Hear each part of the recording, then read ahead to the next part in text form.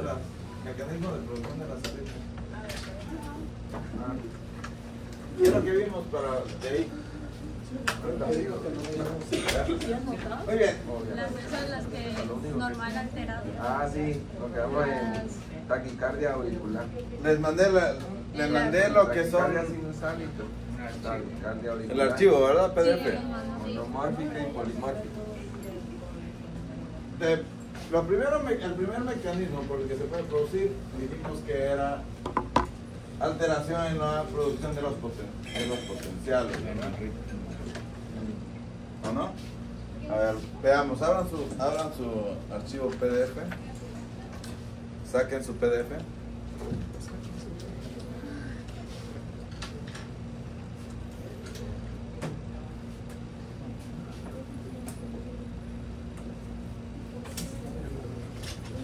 ¿Ya?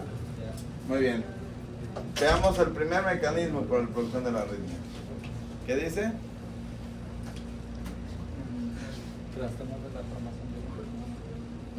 Trastorno del trastornos de la formación De la conducción.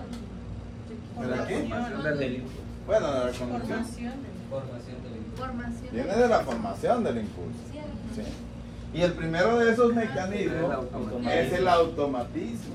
El nervio vago. El normal. Ya se quedó. De el automatismo. ¿Qué es el automatismo? Ayer saben lo mismo. ¿Qué es el automatismo? Es cuando las células se autoexcitan, ¿verdad? Como el nodo sinusal. De hablar del automatismo tiene que ver, está en relación. Supongamos aquí, vamos a ver desde el punto del nodo sinusal. Está controlado por el sistema simpático y por el sistema parasimpático. Aquí tiene que ver la adrenalina y aquí tiene que ver la noradrenalina. Con eso podemos explicar algunos tipos de arritmias, no todas, pero algunos tipos. Por ejemplo, la taquicardia sinusal. La taquicardia sinusal, pues muchas veces se presenta, o mejor dicho, se presenta por el efecto de la adrenalina, claro que por algunos otros efectos, pero tiene que ver con la mayor producción de adrenalina. Como por ejemplo, si ustedes llegaran o hubiera un temblor ahorita que fuera fuerte, ¿qué pasaría con su frecuencia cardíaca?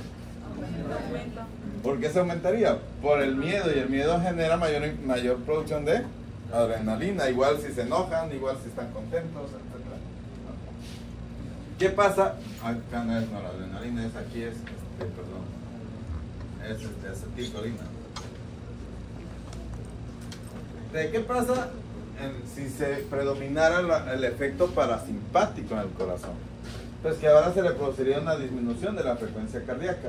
Pero como sigue dependiendo del nodo sinusal, se produciría una bradicardia sinusal.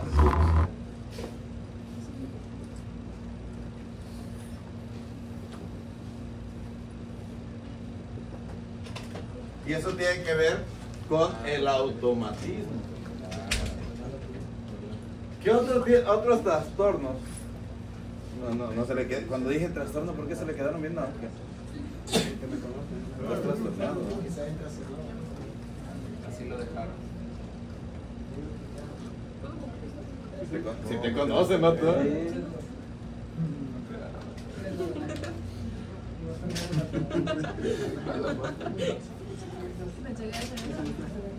¿Qué más también sabes? ¿Qué otros trastornos tienen que ver con la producción del impulso? Lógicamente, una degeneración del nodo, o sea, un infarto, una degeneración por la edad del nodo sinusal, pues va a generar una bradicardia en relación a la producción del impulso. Las taquicardias auriculares, como vimos, que no viene el impulso del nodo sinusal, sino de una célula propia de la aurícula, del músculo auricular, pues se está cambiando lo que es el automatismo. Se activó un automatismo dentro de una célula que no debería tenerla. ¿Sí me entiendes? Eso me va a producir diferentes tipos de arritmias. Por ejemplo, ese mismo automatismo me puede generar, como lo van a ver más adelante, una reentrada, una microrreentrada, etc. Lo vamos a ver más adelante. Y hay otro que tiene que ver, que sigue más abajo, que se llama postpotenciales.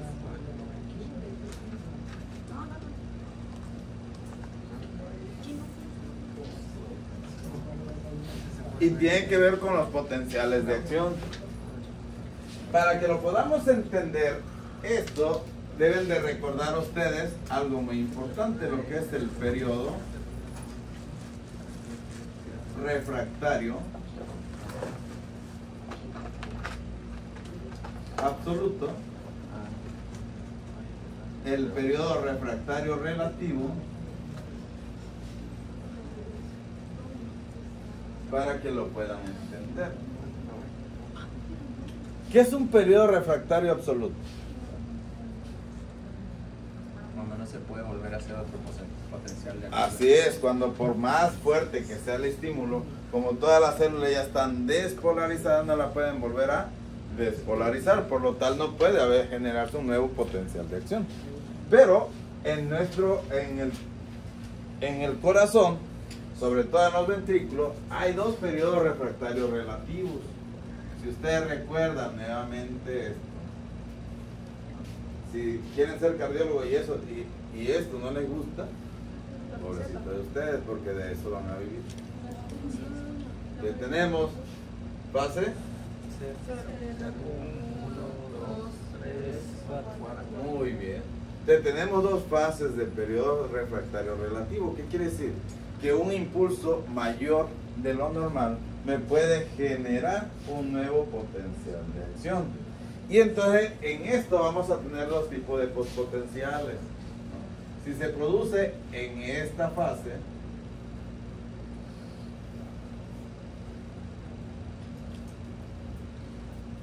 o en esta fase, un nuevo potencial, hablamos de un postpotencial, o sea, un potencial después de un potencial normal.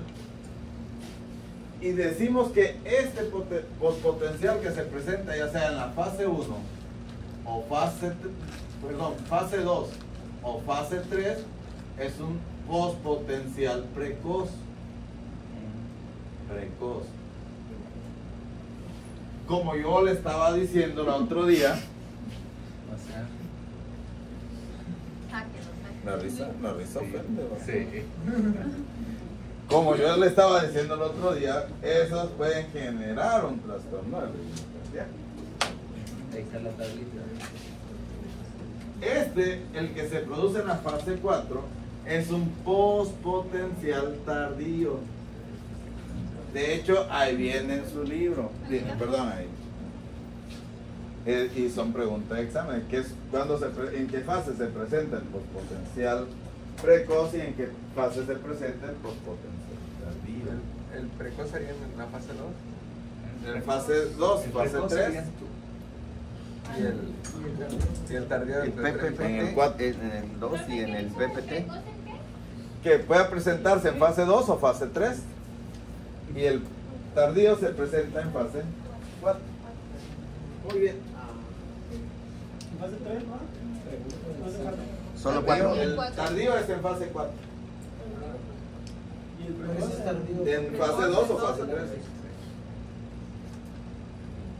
O sea que es cuando el potencial es mayor. Ahora, ¿qué tipo de arritmia me pueden presentar esos? ¿Dónde se encuentra ese potencial de acción? Pues en el ventrículo. Entonces, normalmente, ¿qué trastorno del ritmo me va a presentar? Pues normalmente va a presentar trastornos ventriculares, ¿verdad? Me puede presentar una extrasístole ventricular.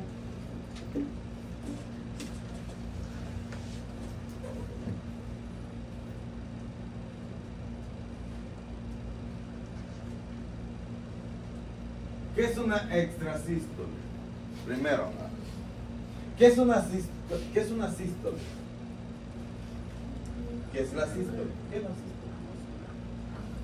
sístole? Me hubiera sorprendido que me hubiera contestado, decía, ¡dale, güey! A ver. Una contracción, ¿verdad? Entonces, ¿qué es una extrasístole? Una prolongación.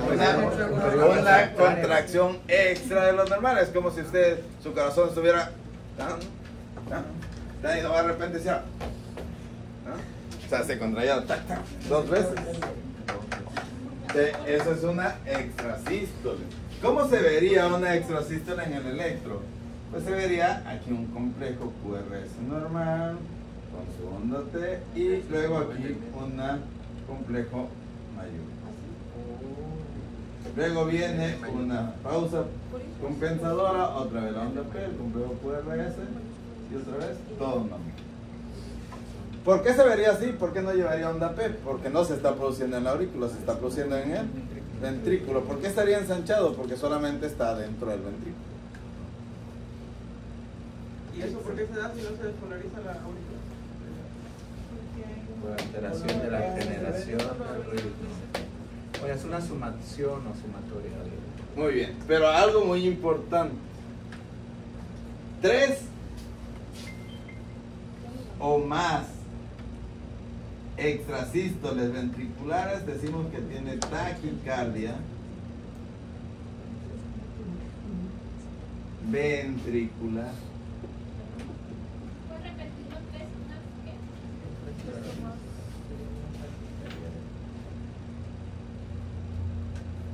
qué? 3 o más extrasístoles ventriculares se van a considerar como taquicardia ventricular. O sea, si ustedes ven un electro que tiene 3 extrasístoles seguidas, ya no se llaman extrasístoles, se llama taquicardia ventricular. Y esas pueden ser de 2 tipos, las taquicardias ventriculares, vamos a tener de 2 tipos. Las sostenidas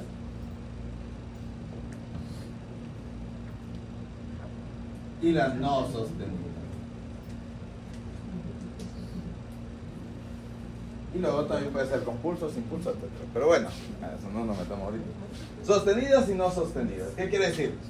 Que si el paciente tiene más de 30 segundos con extrasístoles, se llama taquicardia ventricular sostenida. Si dura menos de eso, se llama taquicardia ventricular no sostenida. Muy bien. 30 segundos. ¿Podría repetirlo? Más de 30 segundos sostenidas, menos de 30 no sostenidas. ¿Qué te repito? No te preocupes, yo repito todo, ya sabes. Entonces, la taquicardia ventricular que se mantiene por 30 segundos o más se llaman taquicardia ventriculares sostenidas. Menos de eso se llaman taquicardia ventriculares no sostenidas. Ahora, de acuerdo a la morfología o al donde se producen, pueden ser monofocales o monomórficas. ¿De acuerdo a qué dijo? A la forma del complejo QRS. Monomórficas o polimórficas. Igual que las taquicardias. Si yo tengo un paciente que tiene un electro que se ve así, todas se parecen, ¿no? Bueno, relativamente. Entonces, sabemos que es una taquicardia ventricular, entonces sería una taquicardia ventricular monomórfica. Puede ser sostenido o no, pero es monomórfica en relación a la forma de la. Pero si yo tengo una que hace esto y luego el siguiente lo hace para acá y luego el siguiente acá, el siguiente aquí, o hace esto y luego hace esto, ya son diferentes formas del complejo QRS. Entonces tendríamos una taquicardia ventricular polimórfica.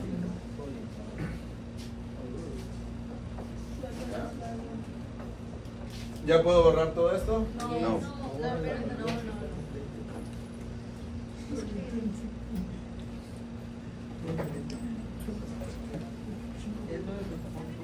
Ya. Es si hay Los postpotenciales. Tengo una pregunta. ¿Y cómo sería la morfología en la fibrilación ventricular? Nada más que quiero ver eso, cómo sería. Es que Ok, porque se despolariza de nuevo. Ya no sería porque estaríamos. Ah, ¿Esa es la P? ok. ¿Es la P esa? Eso es una fibrilación ventricular. Es un ritmo caótico, o sea, sin sentido, sin ningún. ¿Ya? Puede ser una fibrilación ventricular fina, una fibrilación ventricular gruesa. No depende del gusto, depende del paciente. Ya puedo borrar. Ya puedo borrar. El periodo refractario dice que es cuando el asunto es cuando no se genera un órgano. Vamos a ver.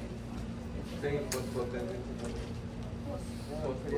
Ya llevamos dos tipos de mecanismo de alteración de la formación del impulso, ¿verdad? Alteración del automatismo, ya sea que se incremente o que se disminuya el automatismo. Que se cambie el automatismo a otra región que no sea el sistema de conducción. Por ejemplo, en el automatismo también tenemos el ritmo idioventricular, el ritmo de la unión, son trastornos del automatismo. Muy bien. Luego viene ahí, si no mal no me equivoco, después de los postpotenciales sigue lo que es el bloqueo. ¿Qué es un bloqueo? ¿Quién trabaja en el centro? Digo, para que nos explique. Lógicamente, un bloqueo es una alteración en la conducción que no permite el paso de la conducción cardíaca, ¿no? Y entonces podemos tener varios sitios de bloqueos. Aquí tenemos el nodo sinusal,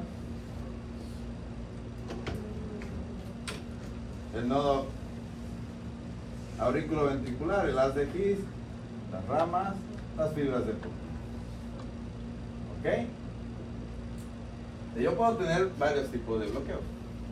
Puede que ser que aquí sí se despolarice, pero ya no pase hacia acá. Y entonces tendríamos un bloqueo nodal. O sea, del nodo sinusal, un bloqueo sinusal. Muy raro, eso no se ve en el electro. Pero sí podemos tener un bloqueo a estos niveles. Pero sobre todo aquí en el nodo auriculoventricular, en el haz de His, pueden estar bloqueada la conducción o en alguna de sus ramas. Puede estar bien. Si está bloqueado aquí, en esta parte hablamos de bloqueo auriculoventricular. ¿Qué es un bloqueo auriculoventricular? Lo podemos ver, lo podemos clasificar en 3 grados. Grado 1, grado 2, grado 3. El grado 1 es más que nada un retraso en la conducción, que quiere decir que si yo llevo este paso normalmente para llegar hasta ella, ¿no? Ahora como ya no me cae tan bien, ya voy a ir más lento. Voy a llegar, pero ya más lento. Entonces, ¿cómo se va a ver? Pues va a haber un incremento, aquí solamente hay un incremento en tiempo del intervalo PR. ¿Cuánto es lo que mide el intervalo PR? 0.12 segundos. Hasta 0.20 segundos. 0.12 a 0.20 segundos. Ahí sería retraso. Yo voy a tener un incremento en el tiempo. O sea, ¿qué quiere decir? Voy a tener un retraso, pero ahora está la onda P y va a medir más de 20 segundos, pero voy a tener un complejo QRS normal. Luego viene la onda P, otra vez el complejo. El complejo QRS está normal, pero el tiempo que tarda de aquí a acá es mayor de lo normal. ¿Qué significa? Que hay un retraso en la conducción. Va más lento, pero no está bloqueado completamente, porque si llega hasta el ventrículo. Pero nada más es radical. Esto no requiere tratamiento, sino nada más vigilancia. Muy bien. En cambio, el 2 puede ser Mobitz 1 o Mobitz 2. ¿Qué es el Mobitz 1? Es aquel que tiene el fenómeno de Weichenbach. y se ve, hay una prolongación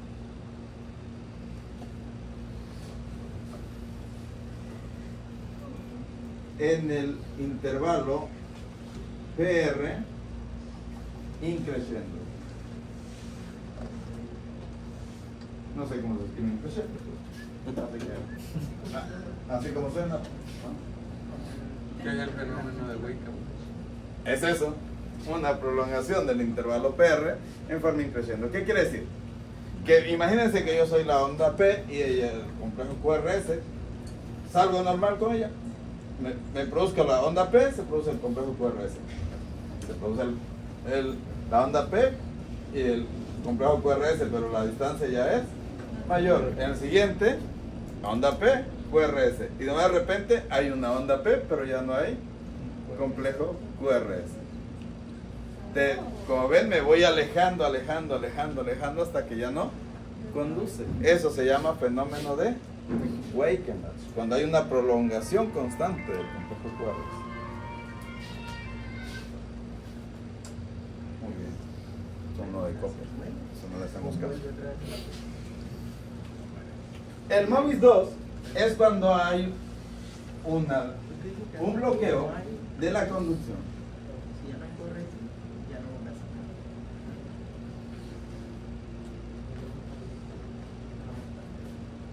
Sin prolongación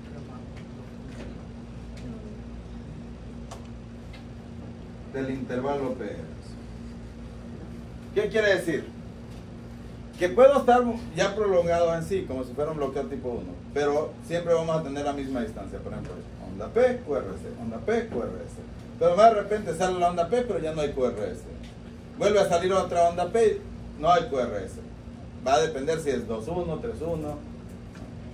Pero siempre cuando salgamos, por ejemplo, cuando haya un QRS vamos a tener la misma distancia. Puede ser que sea la distancia normal o que esté prolongada, pero no va a cambiar. No va a haber ese fenómeno de que se vaya prolongando. ¿Ya? ¿Me entendieron? Sí. En cambio, en el de tercer grado es una disociación.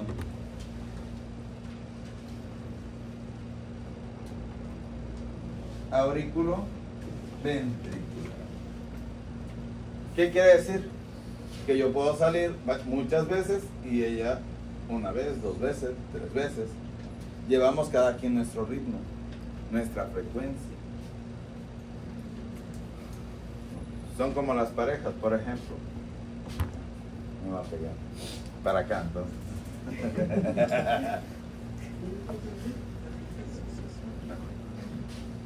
Un electrocardiograma te podría entender.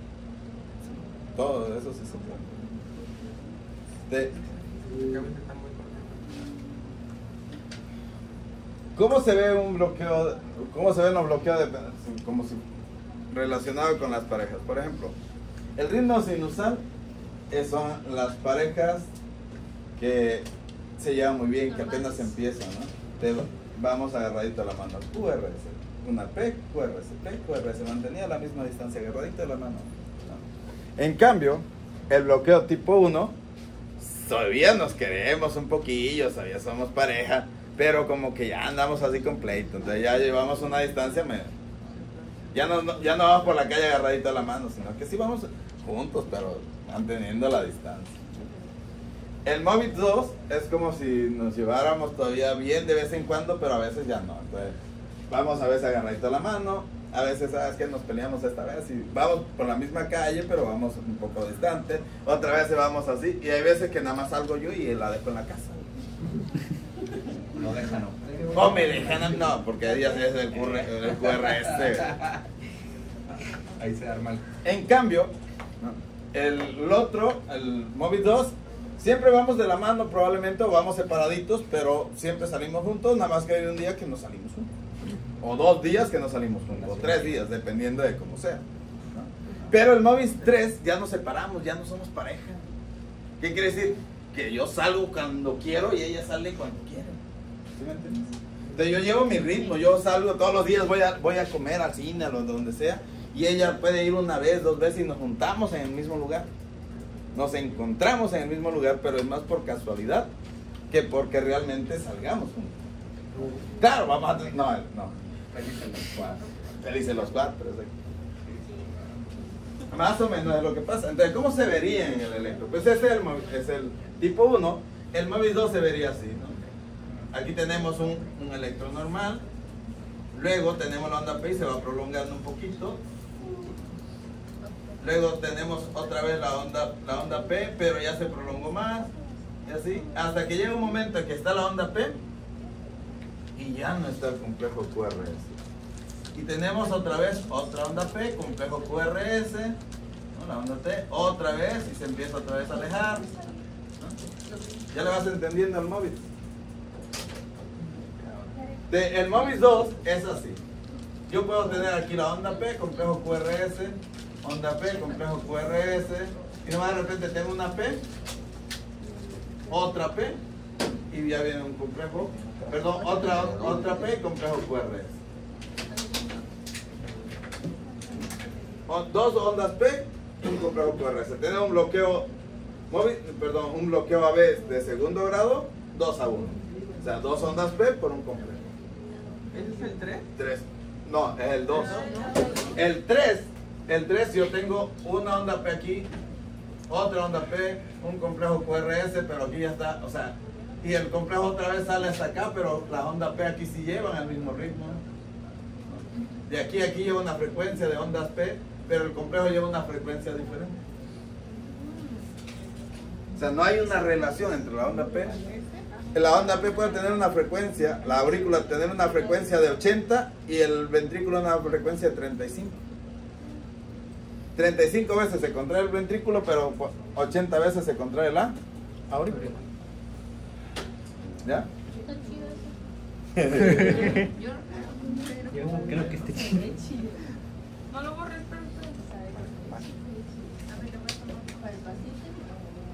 Pero ya tenemos otro mecanismo.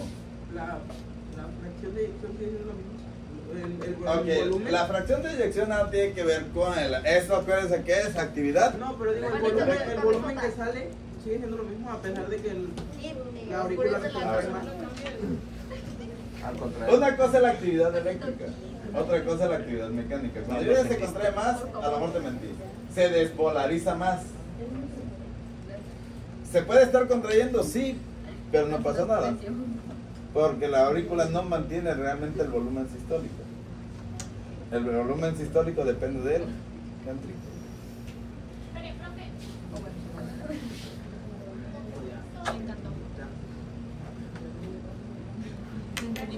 ¿Ya? Con las orejas. Ojalá suban el examen. ¿Qué pareja es? ¿Qué pareja es esta? Todo bien, el problema es que ustedes lo tienen con la, hasta con la fiesta que Ya son ex. Sí. Sí, pues sí. con la grosería que digo.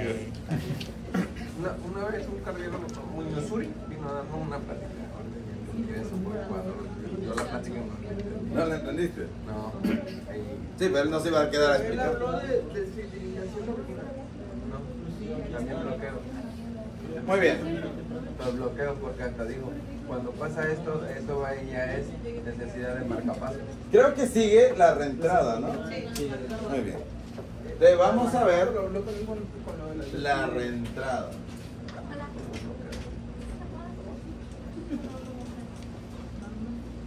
¿Qué es una reentrada?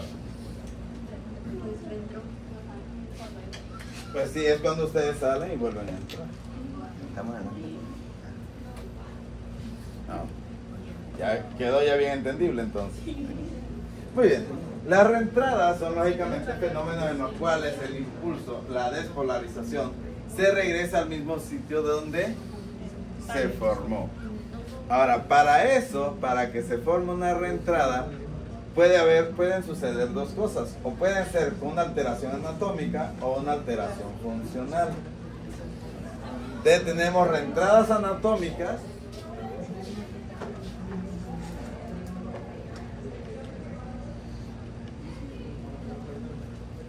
o reentradas funcionales. Creo que así la clasifica también ahí. Sí. ¿Qué es una reentrada anatómica? Para que puedan entender, una reentrada anatómica es que hay una afectación, lógicamente, de las células del corazón. Vamos a poner un ejemplo. Supongamos que esta es la aurícula que ustedes tienen. Y resulta que ellos tres ya no funcionan.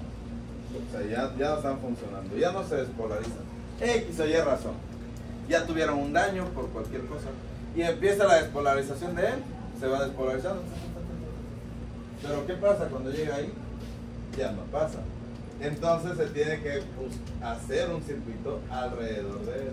Que se viene, se va por acá. Pero cuando llega allá, él ya está repolarizado. Y entonces ella lo despolariza a él. Luego él despolariza lo que está alrededor del tejido y se hace un circuito que se está despolarizando y despolarizando a todo lo demás tejido, pero no se acaba. ¿Sí me entienden? No se detiene ese circuito, se sigue despolarizando. Entonces se hace una reentrada alrededor de ese circuito. Entonces puede ser, como le dije, anatómica. Tenemos las macro reentradas, la micro reentrada, etcétera. La reentrada de rotor o en espiral, ¿no? Eso es una reentrada, un circuito, la reentrada en 8. O sea, que se hacen dos circuitos de reentrada y que se juntan. Vaya, como las glorietas, pues vaya, así fácil. La glorieta sirve para rodearlo y pasar a uno, pero si ustedes se quedan dando vuelta porque no sepan salir de la... Están haciendo una reentrada y andan manejando como locos alrededor nada más de la glorieta. Eso sería una reentrada. ¿Y cuáles son las arritmias que se presentan por reentrada? Normalmente por reentrada podemos tener la fibrilación ventricular, la fibrilación auricular, el flúter auricular y luego las reentradas nodales.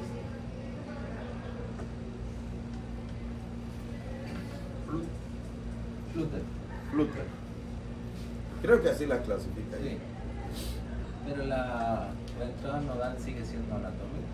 Sí, cuando se produce por un haz anómalo. ¿De malformación? Sí, a ver, veamos. El síndrome de Wolff-Parkinson-White, el síndrome de Long-Gannon-Levin, es una reentrada anatómica porque hay un haz anómalo, o sea, hay una fibra que no debería estar ahí. No está dañado el corazón, pero hay algo anatómico que no debería estar ahí. ¿Cómo se produce? Veamos. Ahí vienen varios esquemas de reentrada, pero le voy a poner lo que es el nodo sinusal y el nodal, ¿no? Aquí tenemos el nodo sinusal, aquí tenemos el nodo auriculoventricular, el haz de His, las ramas de Purkinje, bueno, las ramas y la fibra de Purkinje. Lógicamente, aquí tenemos tejido que separa la aurícula del ventrículo. Muy bien. ¿Qué pasaría si aquí, igual que esta fibra, se formara una fibra anómala ahí, que me comunicara directamente la aurícula con el ventrículo? Pues lógicamente la corriente de aquí va a pasar más rápido, porque ¿qué pasa en el nodo auriculoventricular? Se produce un retraso, ¿verdad? Y aquí no se produciría, entonces la despolarización vendría más rápido, el potencial de acción llegaría más rápido aquí, se despolarizaría el ventrículo y esto va a despolarizar a este tejido y se vendría, llegaría aquí, se regresaría y formaría un circuito de reentrada. ¿Sí? Llega, despolariza el ventrículo, despolariza a la rama izquierda, se va hacia el haz de His, llega al nodo auriculoventricular, sube hacia la aurícula y se regresa otra vez por el haz anómalo. ¿Está a favor o en contra de la manecilla del reloj? En contra. Entonces me produciría una reentrada antidrómica. Pero si el haz anómalo no es tan rápido como yo pensaba, no es una cosa. Aunque no dice así, pero viene la conducción, se despolariza todo el ventrículo y la despolarización se regresa por el haz anómalo y se vuelve a entrar al nodo, por eso se llama reentrada nodal, porque entra a través al nodo auriculoventricular, ya sea de abajo hacia arriba o de arriba hacia abajo. Como esta, si es en favor a las manecillas del reloj, se llama reentrada ortodrómica. Muy bien. Entonces tenemos dos tipos de reentrada por haz anómalo: antidrómica u ortodrómica. O sea, a favor de la manecilla del reloj o en contra de la manecilla del reloj. Y ese haz anómalo puede estar en el ventrículo derecho o en el ventrículo izquierdo. Normalmente me dan los síndromes de preexcitación, pero también me dan lo que son las taquicardias supraventriculares reentradas internodales, ¿no? La de Kummer, la clásica, la antidrómica, ¿no? Muy bien, ¿hasta ahí vamos bien? Sí. ¿Ya puedo borrar? No.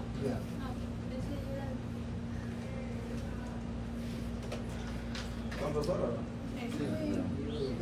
No, por la primera. Vaya a volver a repetir el libre.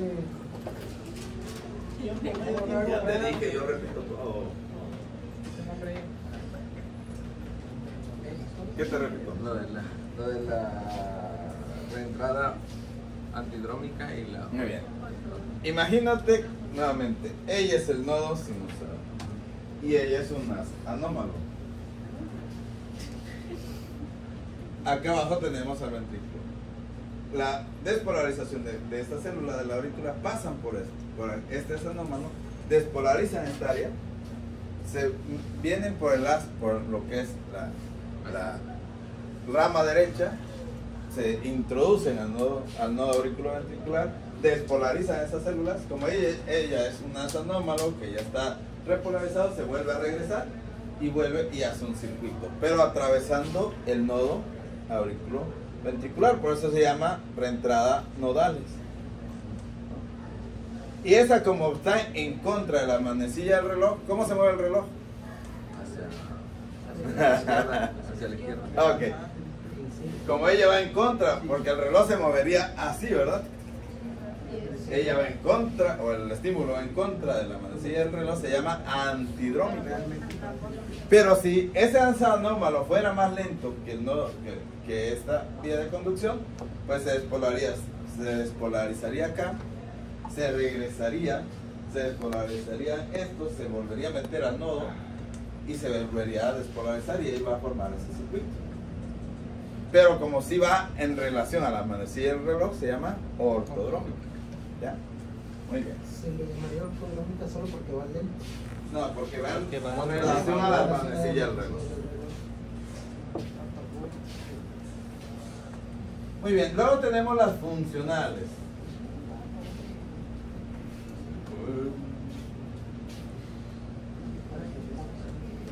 Vamos a ver, le vamos a explicar la más común. Vamos a dibujar aquí el nodo auriculoventricular. Hasta ahí va. No es un útero, ¿eh? Tampoco. Es el nodo auriculoventricular, haciéndole un zoom.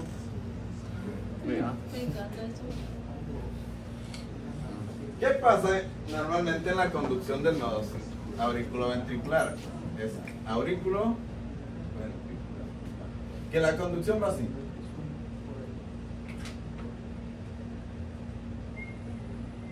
¿Sí o no? Y ahí se sigue por la rama.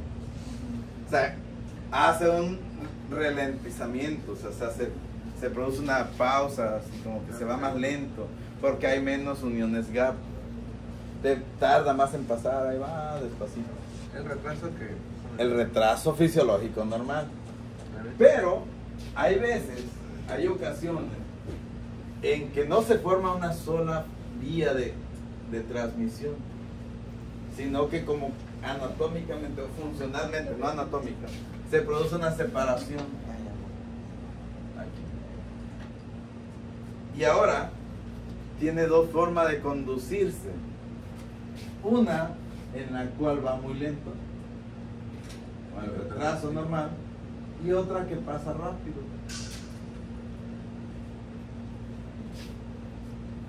Pueden estar así sin ningún problema, pero si hay un momento en que se produzca algo, que tomen Red Bull, que tomen cafeína, que tomen cualquier cosa, uno de esos dos va a encontrar una célula que aún no esté despolarizada. ¿Y qué va a pasar? Por ejemplo, si entra aquí por esta conducción, que es la conducción rápida, se va a despolarizar y va a despolarizar a esta parte, regresándose donde se generó el impulso, volviendo a pasar en forma rápida, llegando otra vez aquí y se va a formar un circuito. Pero eso se llama reentrada intranodal.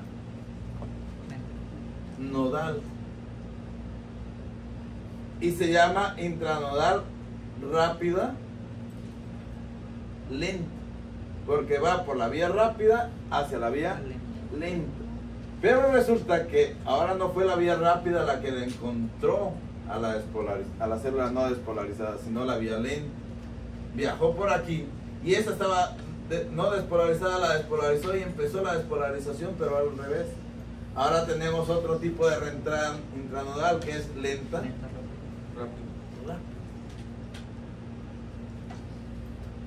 Ambas me van a producir lo que conocemos como taquicardia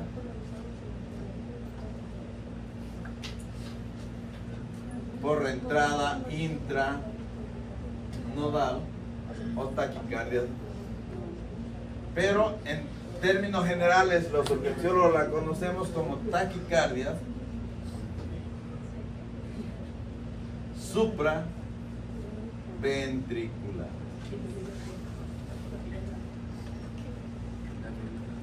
Ahí en su libro no dice, no sé si digas, bueno, en el artículo que le mandé no sé si digas así. No. ¿Qué dice así? ¿Qué dice? Está la entrada del circuito guía, la entrada Anisotrópica. la de 8, reflejo, la entrada del Pero eso- espiral. ¿Más abajo? ¿Qué nos dice de la Por eso son esas. Muy bien. Profe, ¿me puede volver a ¿Sería la del circuito guía? Más o menos. Lo del circuito es que me confundí un Ok. Esta es la forma más común de producirse una reentrada funcional. Aquí no hay ningún daño anatómico. Simplemente hay dos formas de conducirse el mismo efecto. Una por un lado va lento, por otro va rápido. E insisto, supongamos que yo llegué primero aquí y él no estaba despolarizado. Te lo voy a despolarizar, pero él encuentra que lo que está hacia atrás tampoco estaba despolarizado. Y pum, empieza a despolarizar hasta que llega nuevamente a mí. Pum, vuelve a llegar a él y lo encuentra despolarizado y yo me voy a mantener. Es una despolarización por la vía rápida hacia la lenta. Entonces, rápido, lento. ¿Ya me entendiste? Pero resulta que ahora es al revés, que voy por lo lento, lo encuentro no despolarizado, lo despolarizo y me regreso por la vía rápida. Pero él sí se llega en un momento a poner Al mismo lugar. Por eso se dice que se forma un circuito. ¿Qué es un circuito? Es donde hay payasitos muy pequeñitos. No es cierto. ¿Cuánto sería ese el tiempo? Ok, es que aquí no lleva tiempo. Ahí no es por tiempo. La arritmia no tiene tiempo. La arritmia lo puedes mantener o puede ser paroxística, puede ser nada más una... No hay tiempo en definitiva. Pero sigue, continúa su tiempo, o sea, la lenta se va lenta por la vía rápida. Sí, o sea, despolarizo aquí, voy lento, llego aquí, se regresa rápidamente porque es vía rápida y vuelvo otra vez lento. Se vuelve. Pero ese es el mecanismo por el que se está produciendo. No es la representación en el electro. No sé si me entiendes. Una cosa es la fisiopatología, otra cosa ya la manifestación clínica y la representación electrocardiográfica. ¿Qué más viene después de la reentrada?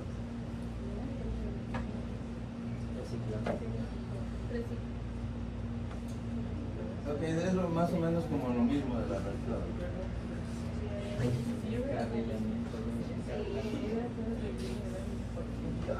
Que también es otro tipo de resistencia. ¿Vale? La fusión. Muy bien. La fusión. Dentro de esos viene lo del bloqueo. Si, me voy a regresar un poquito al bloqueo. Quiero que lo vean. Porque viene un fenómeno muy bonito en una de las arritmias más comunes. En el bloqueo, y voy a regresar porque también son comunes, hay una cosa muy importante. Por ejemplo, puede haber un bloqueo anatómico o un bloqueo funcional. Eso se conoce como aberrancia. Y en la fibrilación auricular,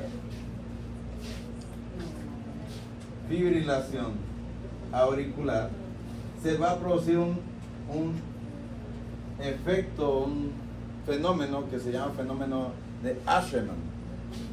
Por ahí viene en su... ¿Qué es el fenómeno de Ashman? El fenómeno de Ashman es que se produce un bloqueo de rama cuando la fibrilación va de rápida a lenta. Se produce una aberrancia en la conducción. Porque vimos los bloqueos auriculoventriculares, pero también hay los bloqueos de rama. ¿Qué es un bloqueo de rama? Aquí tenemos la rama derecha y la rama izquierda, ¿sí o no? ¿Qué pasaría si esta rama por X o Y razón ya no pasara? Pues se va a producir un bloqueo de rama derecha. ¿Cómo se despolarizaría el ventrículo derecho? Pues primero pasa por acá y luego se ve en esto. Y ya lo vimos, tiene la característica de las orejitas de conejo. Eso es un bloqueo anatómico. Pero en algunas arritmias muy rápidas se produce un bloqueo pero funcional. O sea, no es que esté dañado, simplemente por acá deja de conducir porque todo se está viniendo por este lado. Entonces se va a presentar en el electro un bloqueo de rama derecha o un complejo QRS ancho en una taquicardia que no está bloqueada anatómicamente, sino que simplemente es una conducción aberrante. Cuando usted detiene esa taquicardia, el complejo vuelve a ser normal. Si eso pasara en la fibrilación auricular, se conoce como fenómeno de Ashman. Solo en la fibrilación auricular. En otros se conoce como conducción aberrante, simplemente. ¿Por qué es importante conocer eso? Ahorita vamos a ver. Bueno, mañana o a la siguiente semana, no sé cuándo volvamos a tener cardio. Que en las taquicardias en las taquiarritmias,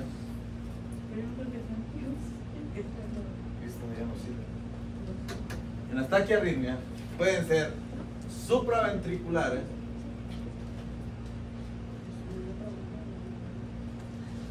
o ventriculares. Ahora, ¿me puedes decir cuál sería la característica electrocardiográfica de una arritmia ventricular? Se encuentra sobre la línea cisodifásica y la supra por arriba de la línea cisodifásica. El nombre nada tiene que ver con la línea cisodifásica. ¿Alguien? ¿Cómo se ve el complejo QRS que se requiera solamente el ventrículo? Se vería ensanchado. El complejo QRS va a estar ensanchado. Entonces, esto es QRS ensanchado. ¿Cómo es una supraventricular? QRS normal. Entonces, yo me puedo dar cuenta en un electro que esté con una taquiarritmia, puedo saber si es ventricular o auricular viendo cómo está el QRS. Si el QRS es normal, es una taquicardia supraventricular. Si el complejo está ancho, es una taquicardia ventricular, pero hay dos excepciones, como le dije. Cuando hay un bloqueo de rama o cuando hay una conducción aberrante. No sé si me entienden. O sea, si su paciente ya tiene un bloqueo de rama ya establecido, ¿cómo va a estar el complejo QRS? Ancho, ¿no? Va a estar ancho. Por lo tal, si le da una taquicardia, ¿cómo va a estar su complejo? Pues ancho. Entonces me puedo confundir en ese caso con una taquicardia ventricular.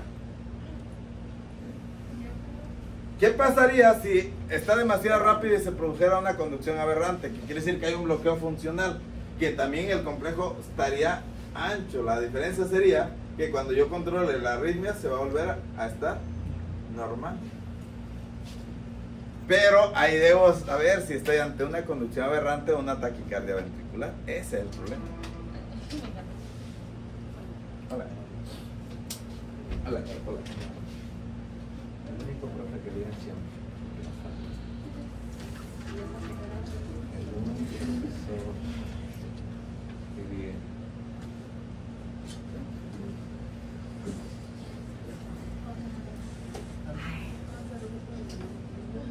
Es el que hizo la fila.